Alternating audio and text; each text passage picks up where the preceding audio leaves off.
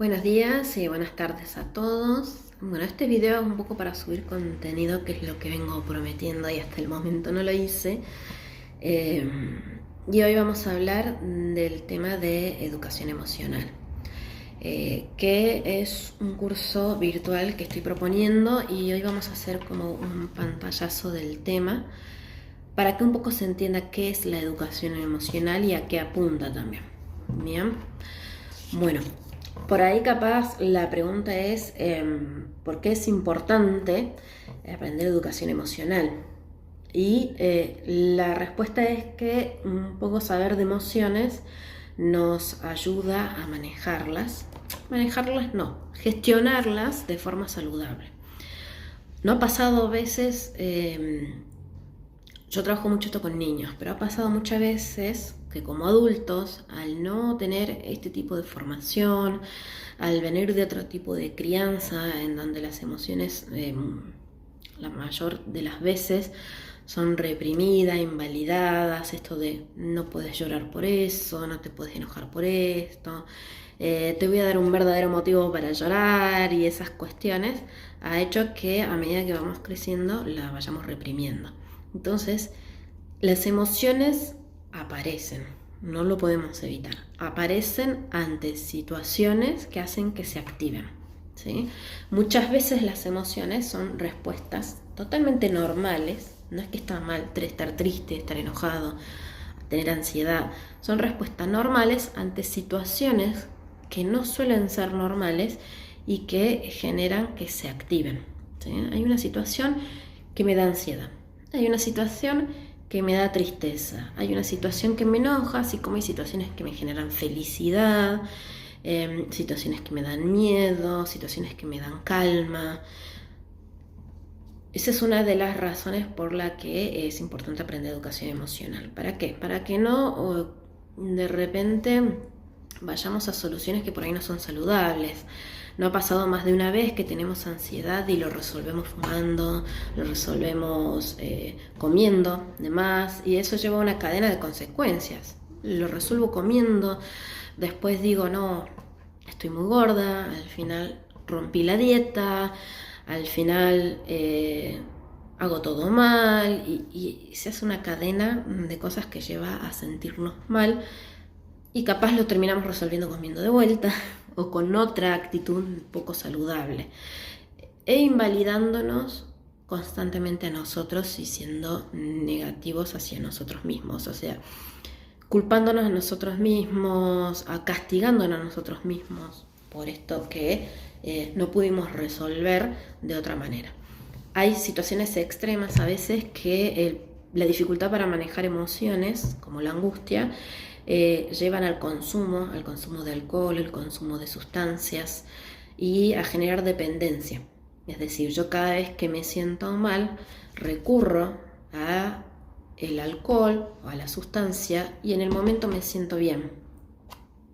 Volvemos a lo mismo, en el momento me siento bien, porque después, a largo o mediano plazo, sucede esto: la culpa, la vergüenza, la angustia, que se suma a lo que ya me viene pasando, y esa cadena constantemente se repite.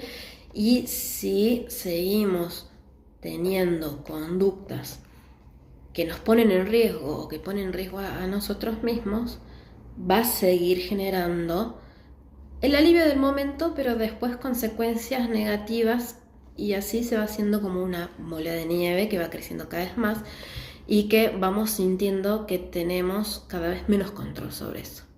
Hay otras conductas de riesgo que suelen suceder por no saber cómo manejar nuestras emociones de forma saludable. Es la conducta en los adolescentes, por ejemplo, de corte, las autolesiones. Entonces, esa es una de las razones por las que es importante tener una base, aunque sea de educación emocional, porque también de paso nos ayuda un poco a entender el por qué se van dando ciertas cosas o por qué llegamos a cierto límite. Otra de las cosas por la que es importante el desarrollo del aprendizaje de la educación emocional, tanto para niños y adolescentes más que nada, pero también es muy útil para adultos, es que esto ayuda a fortalecer el autoestima, la empatía y las relaciones sociales. ¿Por qué? Porque era lo que decía recién, nos invalidamos. Estamos acostumbrados a que nos invaliden nuestras emociones, entonces nosotros aprendemos a autoinvalidarnos. Es como cuando vivimos en un ambiente que nos exige ser los mejores, tener buenas notas, estar siempre arriba y que no hay lugar para el error. De repente nosotros eso lo generamos una costumbre interna que no nos damos cuenta y nos volvemos autoexigentes y de repente tenemos problemas para tolerar la frustración. Te sale algo mal y no lo puedo concebir que me salga mal y me pone mal y no puedo aceptarlo. Entonces lo mismo pasa con la validación y con la invalidación. Vivo en un ambiente invalidante en donde no me dejan expresar mis emociones, o me dicen que exagero, o me dicen que hay situaciones que no me pueden generar esas emociones, me vuelvo autoinvalidante. Entonces me angustio por una situación y digo, ¿cómo me voy a poner mal por esto? A ver, basta, y lo reprimo. En vez de poder procesarlo, decir, bueno, a ver, ¿qué es lo que me angustió? ¿Por qué me puse mal? ¿Esta situación es la que me angustió o esta situación es la que activa cosas que ya vengo acumulando? Es poder detenerse a pensar un poco. ¿Por qué decimos que fortalece la empatía, las relaciones sociales y la autoestima? Justamente por eso, porque cuando yo empiezo a validarme y dar lugar a mis emociones y entender que son reacciones totalmente normales ante situaciones que no son normales, mi autoestima va aumentando, porque yo digo, me enojé, soy una persona, es normal, me puedo enojar y está bien. Entonces eso fortalece mi autoestima.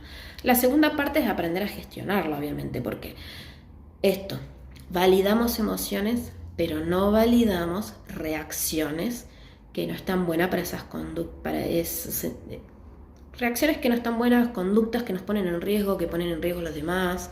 Eso no lo validamos. Por ejemplo, me enojo, agarro lo que tengo a mano y lo revoleo contra la pared y lo rompo.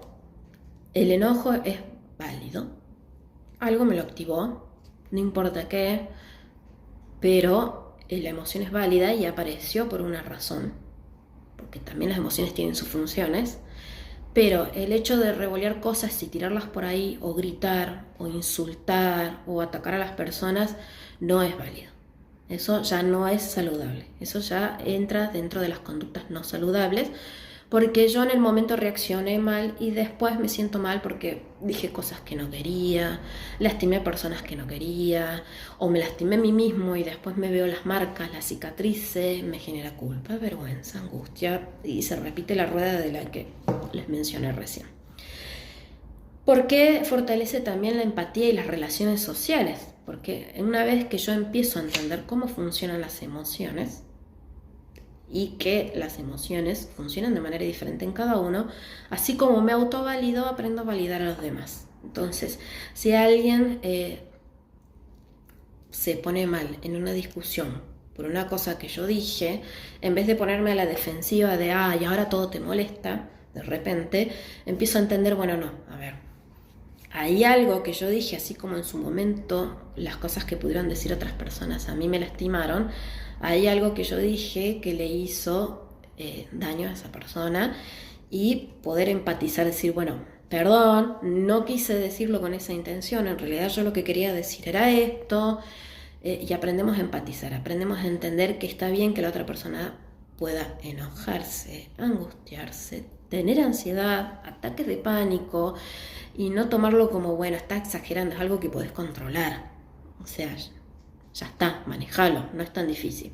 Y no, es validar, entender que si hemos llegado a crisis como ataques de pánico o autolesiones, es porque son crisis que están saliendo de nuestro control y que necesitamos acompañamiento y necesitamos empatía para poder también nosotros empezar a ser amables con nosotros mismos y empezar a trabajar sobre eso.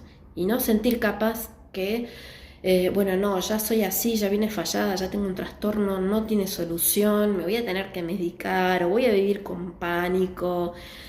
No, eso se puede ir gestionando y manejando.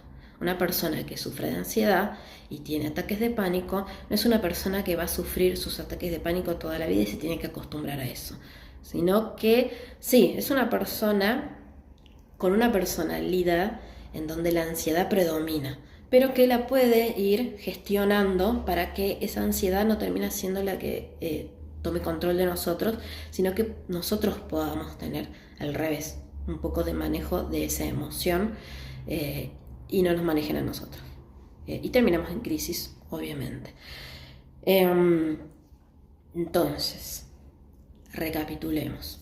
Importante aprender educación emocional porque de esa manera podemos regular nuestras emociones de forma saludable, con técnicas saludables, herramientas saludables, conductas saludables. Que a veces uno dice, sí, pero eso no me está ayudando. Capaz que no tiene una solución a corto plazo como tiene las conductas no saludables, el consumir, el fumar, las autolesiones, que en el momento me sacan de la crisis y me disminuye esa angustia, por ejemplo. Pero tiene soluciones, efectos a mediano y largo plazo que se sostienen. ¿Qué significa eso? Estoy en una crisis, me cuesta, no sé, por ejemplo, la crisis de angustia. Trato de hablar con una persona que me genera confianza, salgo un poco a tomar aire, de repente salir a tomar aire no me calma, no me relaja porque mi crisis tiene otro nivel de intensidad que necesita algo más fuerte, me mojo la cara con agua fría, me pego una ducha. Existe una técnica que es agarrar hielos con la mano y eso lo que genera es que mi atención se sale un poco de la crisis, de lo que me está angustiando, de ese pensamiento, y se dirige hacia la sensación que me genera el frío en las manos, que es incómoda. Entonces, en el momento bajo un poco la crisis y me ayuda a pensar un poco más para hacer otra cosa, decir, bueno, a ver, no, estaba teniendo pensamientos malos, me estaba por mandar una macana, mejor llamo a esa persona de confianza que me escucha y que cada vez que yo la escucho me hace sentir mejor y me relajo. Y después que me relajo, pienso, a ver, ¿qué es lo que activó esa crisis? ¿Qué me hizo llevar a esa crisis? Y ahí empieza el trabajo, ¿no? Y empezamos a aprender también técnicas de autorregulación para manejar esa emoción y no llegar a la crisis. De eso hablamos cuando hablamos de conductas saludables.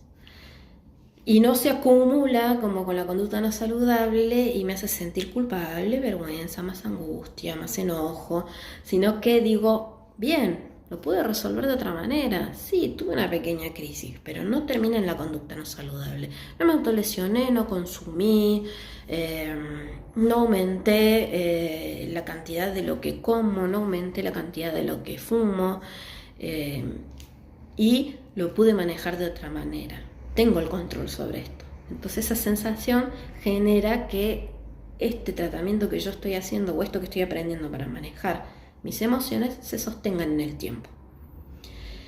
Y aprendamos formas saludables, obviamente. Y bueno, entonces aprendemos a regular nuestras emociones de manera saludable y fortalecemos el autoestima, la empatía, y al mejorar la empatía mejoramos las relaciones sociales porque ya me puedo parar desde otro lugar para entender a las otras personas también.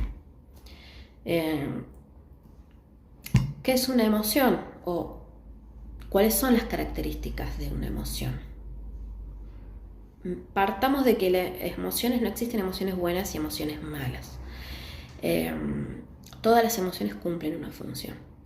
No sé si han visto las películas Intensamente, calculo que la mayoría sí, la 1 y la 2, van a ver que, por ejemplo, en la 1 aparecen las emociones básicas que suele tener un niño o que suelen aparecer más en un niño, y que alegría en un momento trata de mantener el control y de que la niña esté todo el tiempo feliz. Entonces, como que la quita alegría del lugar, quita enojo del lugar, le quita el lugar a las otras emociones y como que de cierta manera las reprime. Hasta que al final, en todo el desarrollo de la película, va entendiendo que cada emoción cumple su función. Sí, no está bueno y no es divertido sentir tristeza, pero cumple su función. ¿Sí? Y tampoco, y aparece, no la podemos evitar. Y tampoco la podemos reprimir porque acumulamos y de algún momento estalla, de alguna manera. En la 2 pasa lo mismo, aparecen nuevos personajes, ansiedad, que es el protagonista de la película 2, aburrimiento, vergüenza, envidia, y se torna como una enemistad. Y de repente, esta vez no es alegría la que trata de mantener el control sobre las otras emociones, sino es ansiedad la que trata de mantener el control. Y esto, es decir, aparece ansiedad como una emoción, muestra que la función de ansiedad es tener el control de ciertas situaciones, pero llega un momento en que ansiedad quiere tratar de mantener el control de situaciones que no están bajo nuestra posibilidad de controlar, o situaciones que capaz no han pasado, o imagina situaciones que podrían llegar a pasar y trata de tener un plan para esas situaciones, o las trata de prevenir haciendo otras cosas para que eso no pase. El desarrollo de la película ustedes ya lo conocen, el final también lo conoce, trata de tener el control de tantas cosas que genera un ataque de pánico. Entonces, gestionar la emoción nos lleva a evitar esas crisis. Entonces, en sí, me encanta irme por las ramas, así que disculpen si por ahí empiezo con una cosa y termino con otra que nada que ver, pero voy a tratar de recapitular para no irme a la rama. Estabas hablando de las propiedades de las emociones. No existen emociones buenas, ni existen emociones malas. Existen emociones. Y cada emoción, en su dosis justa, cumple una función. ¿Bien? Todas las emociones en exceso generan crisis o cierto daño o malestar. Malestar sería la palabra más adecuada. ¿Qué pasa con las emociones? Son muy personales. No es la misma forma en la que yo voy a expresar mi alegría que la que la pueda expresar otra persona. Yo no voy a expresar ni voy a sentir el enojo de la misma manera que otra persona. Y mi enojo, mi tristeza, mi angustia, mi ansiedad, mi felicidad no la va a activar la misma situación que podría generar que se active en otras personas. Estoy haciendo un dibujo y no me gusta cómo está y me puedo poner un poco triste. Pero si yo tengo la capacidad de tolerar las frustraciones, lo puedo manejar. Ahora tenemos intensidad a nivel medio, por ejemplo, volvemos al ejemplo de la tristeza, donde no sé, mi amiga me llamó y me canceló los planes y yo estaba súper ilusionada que íbamos a salir a hacer tal cosa y de repente la cabeza de uno trabaja y que habrá sido mi amiga que no quiso salir conmigo, que se fue con otra persona y eso me genera cierta tristeza también, un poco más fuerte que el hecho de ver una película y que se muera un animal. Pero volvemos a lo mismo, si yo tengo trabajada la tolerancia y la frustración y conozco qué cosas me pueden levantar el ánimo y las pongo en acción, puedo manejar ese nivel de tristeza. Ahora están las tristezas ya más profundas a nivel alto, en donde, por ejemplo, la pérdida de una mascota, la pérdida de un trabajo, la pérdida de una persona, las separaciones también se manejan como pérdida. Todo eso me llevan a una situación de duelo y las situaciones de duelo generan una tristeza. Dentro de todas las emociones, porque aparecen todas las emociones juntas dentro de un duelo, genera una tristeza profunda, una tristeza difícil de decir, bueno, voy a andar un poco en bici y se me va a pasar. No, una tristeza que debemos transitar y que debemos aceptar y vivirla como tal. Eso es que la emoción es dinámica, que tenemos diferentes intensidades en la misma emoción. También que pueden aparecer varias al mismo tiempo, como recién decía el ejemplo del duelo, porque en un duelo aparece el desconcierto. Cuando empezamos a aceptar y entender lo que está pasando, el enojo. cuando después del enojo empezamos a entender que esa persona ya no va a volver más, o que ese animalito ya pasó para otra vida, o que ese trabajo ya lo perdí, voy a tener que buscar otro, empieza la tristeza, y así vamos pasando por varias emociones. Hay situaciones que nos pueden generar enojo y tristeza al mismo tiempo, y muchas veces confundimos esas emociones y nos quedamos por lo general con el enojo nada más y no trabajamos la tristeza que significa eso que acaba de pasar. Eso significa entonces que son emociones dinámicas. Primero, que son personales, que cada uno las vive y las siente y las expresa de manera diferente y las activan diferentes situaciones. Y segundo, que al ser dinámicas vamos a vivir diferentes niveles de intensidad de cada emoción y pueden aparecer mezcladas o varias emociones al mismo tiempo, dependiendo de la complejidad también de la situación que hacen que aparezcan. Entonces, seguido a esto, ¿cuál es la importancia de hacer un trabajo individual, que es el que yo le decía recién, de introspección, de ver esto cómo funciona en cada uno? Es primero reconocer las emociones, que es un trabajo que podemos hacer en nuestras casas, empezar a prestar atención. Me levanto, ¿cómo me siento hoy? Paso alguna situación, me generó algo, a ver, ¿qué es eso que estoy sintiendo? Enojo, tristeza, decepción, porque a veces se sienten parecidas y no son lo mismo y no lo vamos a resolver de la misma manera. Por eso es importante diferenciarlas.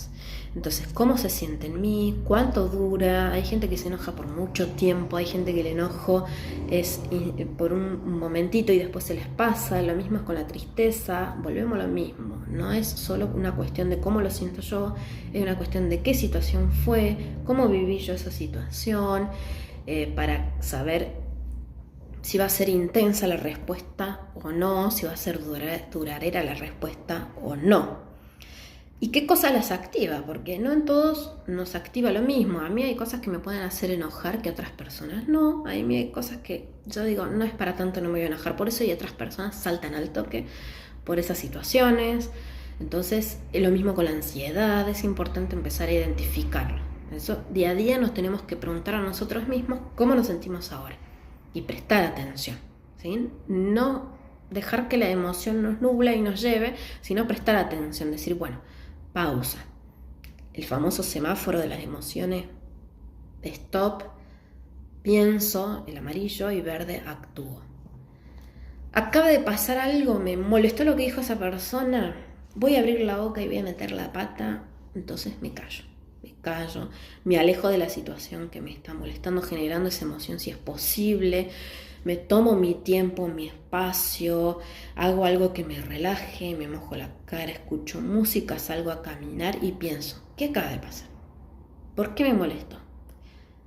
¿Era para tanto como para que me enojara de esa manera? ¿Era algo que me cuesta aceptar, pero que la otra persona tiene razón y capaz que tengo que trabajarlo y aceptarlo para cambiarlo? Para eso me sirve el parar. ¿Sí? Entonces, analizo mis emociones a diario. ¿Cómo se sienten en mí? ¿Cuánto duran? ¿Qué cosas las activan? ¿Cuáles son mis reacciones típicas ante esas emociones? ¿Son saludables? ¿No son saludables? Vamos a usar ese término. ¿No son saludables? ¿Qué otras cosas puedo hacer para que sean saludables? Ahí entra el trabajo, la segunda etapa, que son la gestión de las emociones, que es un poco más complejo, en donde qué actividades, acciones, qué cosas me ayudan a regularlo. Yo me enojo y qué cosas me ayudan a regularlo. Empiezo a tener ansiedad porque no estoy haciendo nada y siento que tengo que resolver 1000 cosas que tengo en la cabeza al mismo tiempo. A ver, no, bajo el nivel. ¿Qué cosa me distrae un poco? Por ejemplo, yo estoy tejiendo ahora, me pongo a tejer. Hay gente que no le gustan las manualidades y dice, no, salgo a correr, a andar en bici, me junto con amigos, los que son más sociables. Está bien, todas esas opciones están bien, pero ustedes tienen que saber qué es lo que les funciona a cada uno. Eso es lo importante. Entonces hay que probar. Puedo probar actividades nuevas y decir, voy a la segunda, tercera clase y digo, no, la verdad, cerámica no es para mí. Listo, estás bien. No significa que siempre que intentás no podés terminar las cosas. Significa que eso no es para vos y está bien. Prueba otra cosa. porque hasta que no lo pruebes no vas a saber si es para vos o no. ¿Sí? Entonces también es ser amable con nosotros mismos cada vez que intentamos algo. De esta manera, haciendo esto de prueba y error, porque hay personas que tienen como más claro qué es lo que les gusta y les hace bien, porque no es solo lo que me gusta o lo que me sale bien, sino lo que me hace bien. Es decir, una actividad que en ese momento yo pueda estar enfocada en esa actividad y no en mis pensamientos de mis preocupaciones, angustias, malestares, sino en esa actividad. Esto de a poco va a hacer que nosotros podamos ir armando como una especie de caja de herramientas para manejar situaciones. Entonces, yo ya conozco, por ejemplo, cómo se siente el enojo en mí, qué cosa los activa, de qué manera los puedo gestionar según su nivel de intensidad, porque a veces me enojo un poquito y digo, bueno, lo dejo pasar. Otra vez el enojo es medio, ya tengo que hacer algo más para sentirme un poco más calmada, y a veces mis enojos intensos, esos que siento que no puedo controlar, prefiero salir del momento que me está generando eso y despejarme, irme y caminar, no hablar con nadie, porque todo lo que pueda salir de mi boca en ese momento va a ser para hacer daño a otra persona. No es que, no lo puedes controlar porque te pasa eso. Sí, lo manejo de alguna manera, lo manejo evitando llegar a esa situación, ¿sí? Entonces, a mí me gusta salir a caminar, despejarme, pongo música. En algún momento siento que mi cabeza está meta a pensar en eso que me molestó y súper enojada, y digo, bueno, no, a ver, si puse música y salir a caminar es para despejarme, empiezo a mirar a mi alrededor, los arbolitos, los pajaritos, cómo se siente el sol, si está calentito o no, si está nublado, si el aire está frío, los olores que percibo, que eso es parte del mindfulness, que es la atención plena, que es poder con todos los sentidos prestar atención a mi entorno y no estar tan mental, sino poder estar en el aquí y ahora, en ese momento. Entonces eso es lo que yo aplico para poder bajar un cambio y sentirme mejor, y después pienso y razono un poco qué fue lo que pasó y de qué manera, si tiene solución, se puede resolver. Eso es un ejemplo, pero es un trabajo interno que me llevó tiempo, no fue de la noche a la mañana, y tampoco fue que por hacer la carrera de psicología aprendí eso. De hecho, eso no se trabaja en la carrera de psicología.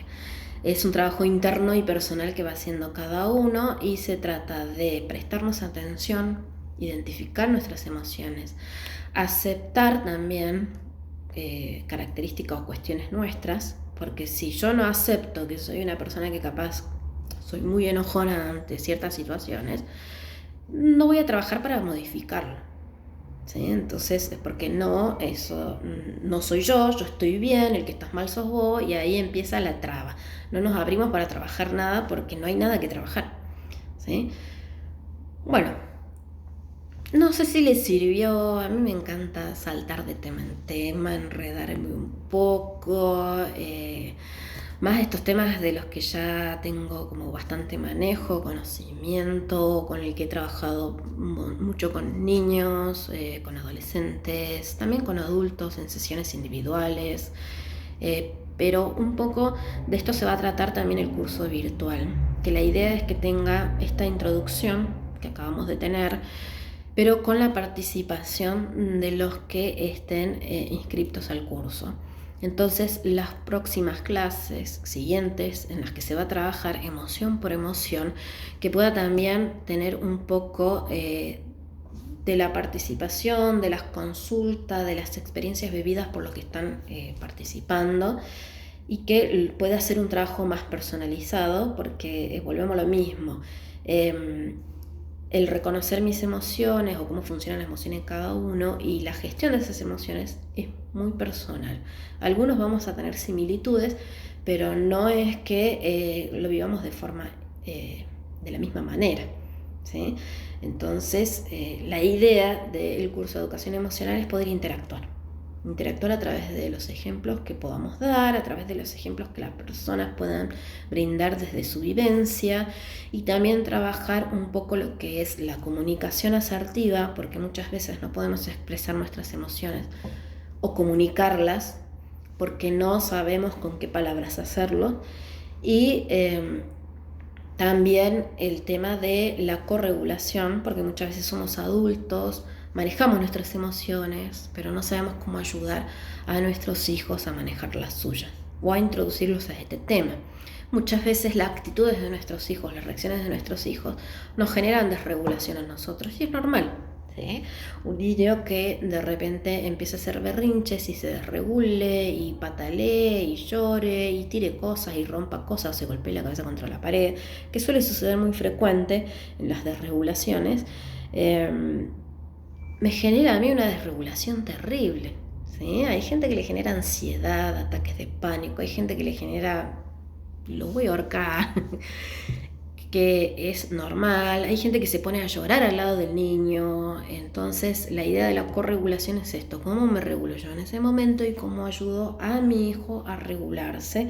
Eso es un ejemplo de un niño, pero también hay desregulaciones de adolescentes que también nos superan, que va incluido todo este tema en el curso, y un cierre final para ver si se pudo cumplir las expectativas dentro de todas estas clases, de lo que la gente esperaba, y qué otros temas por ahí quedan sueltos que se puedan llegar a trabajar en otros cursos o talleres, ¿sí? También está la posibilidad de que ustedes aquí mismo me escriban y me dejen en comentarios dudas,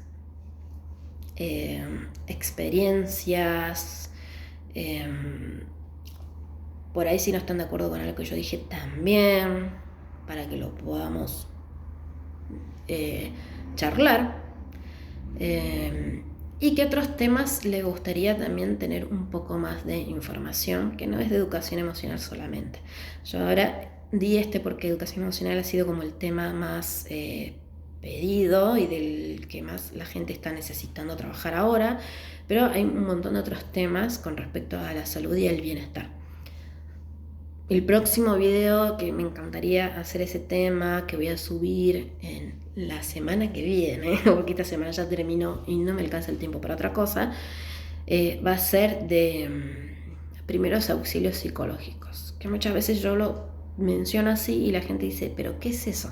¿Qué abarca? Bueno, vamos a hablar de eso.